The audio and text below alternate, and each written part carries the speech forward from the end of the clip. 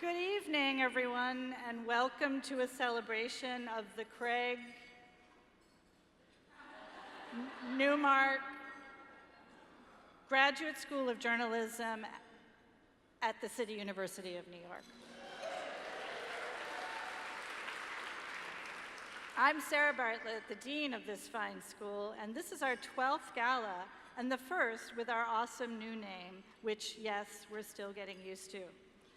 Craig's decision last summer to endow the school with a $20 million gift was definitely the biggest thing to happen to us in a long while, perhaps since our birth in 2006.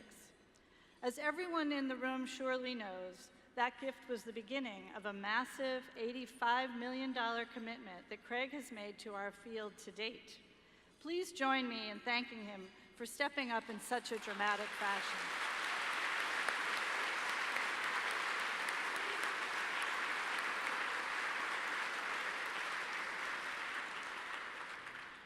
Happily for us, we have other super generous supporters, and we're deeply grateful to the Knight and Revson and Tao Foundations, as well as to the Emerson Collective for their support of our work.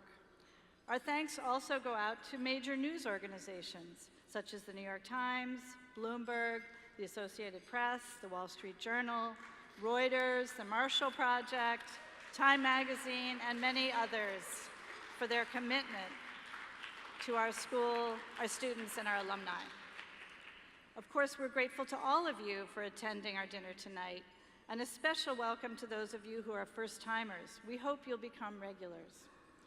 We also benefit tremendously from the guidance and support we get from the directors of the school's foundation, 12 of whom are here tonight. I also want to give a special shout out to Kathy Harding in our development office.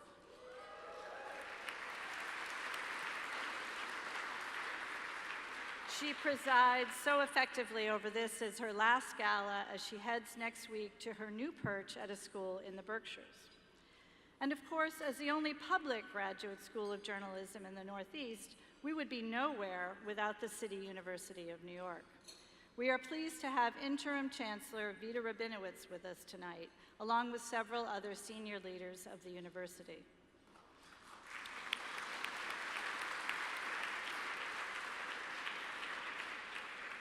The real magic of our school happens when our exceptional faculty and staff interact with our talented students.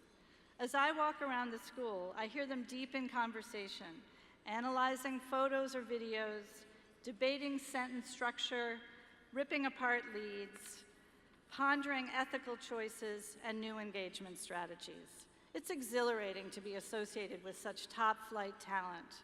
You'll get a little taste of that later this evening when you watch the next video and hear from several recent graduates whose achievements we are celebrating. We're also looking forward to hearing from our two honorees, Dick Toffel, the president of ProPublica,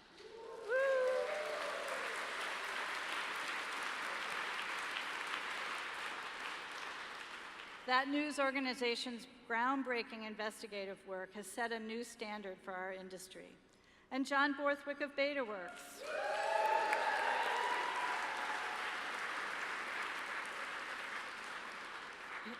His community building approach to the tech sector has produced an astonishing new generation of entrepreneurs, inspiring us to launch our first ever Newmark Award for Innovation.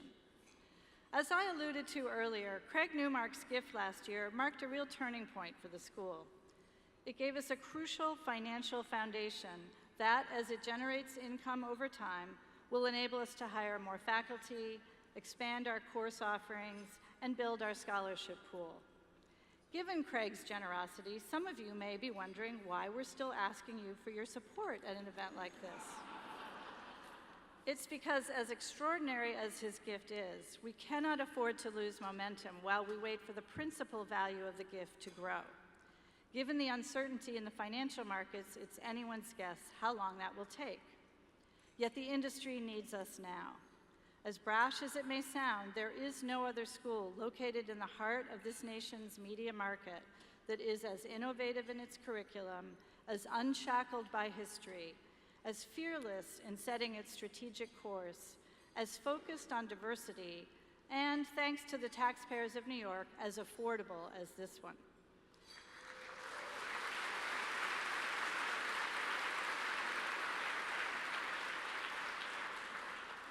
As newsrooms grapple with how to better engage new audiences, they're increasingly reliant on the next generation of digitally native journalists. Those journalists need to be well-trained, and their life experiences need to reflect a much broader range of income levels, races, ethnicities, and gender identities than newsrooms have traditionally employed. We are fully committed to tackling this recruiting challenge. But in doing so, we also need to acknowledge that attracting talented students to our profession right now is not easy. They are reading the same stories you are about the industry's decline. They can recite the layoff numbers. They have to listen to their parents and friends ask them, why would they pursue such an elusive, some might even say foolish, career? That is where additional financial support comes in. This year, we did a survey of our students to better understand how their economic fortunes are impacting their ability to succeed at our school. We heard back from about half of them, and the results were sobering. Nearly 2/3 of our students received some form of scholarship, yet nearly 80% of the 100 who responded said that financial difficulties were still interfering somewhat or a lot with their ability to participate fully in the J-School experience. Living in New York is an incredibly expensive proposition, and too often that makes it almost impossible for some students, at least those without wealthy parents to support them, to succeed in our program.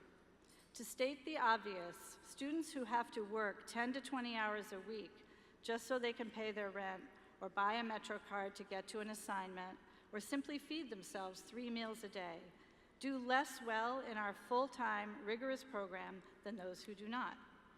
It's no coincidence that every one of the alumni honorees tonight received a partial or full scholarship. We need to keep building our scholarship pool so that students from all income levels can succeed. Here's the good news. A $10,000 donation to our school covers more than half of the $18,000 that we charge an in-state student for our 3-semester master's program. That same $10,000 would cover only a tiny fraction of the tuition at competing private journalism schools where the cost can approach $100,000. And those programs are often of shorter duration. Tonight, as you learn more about our gem of a school, our dedicated staff and faculty, and our hardworking, optimistic, ambitious students, I hope you will consider all the ways that you and the people you know can help us keep our momentum going.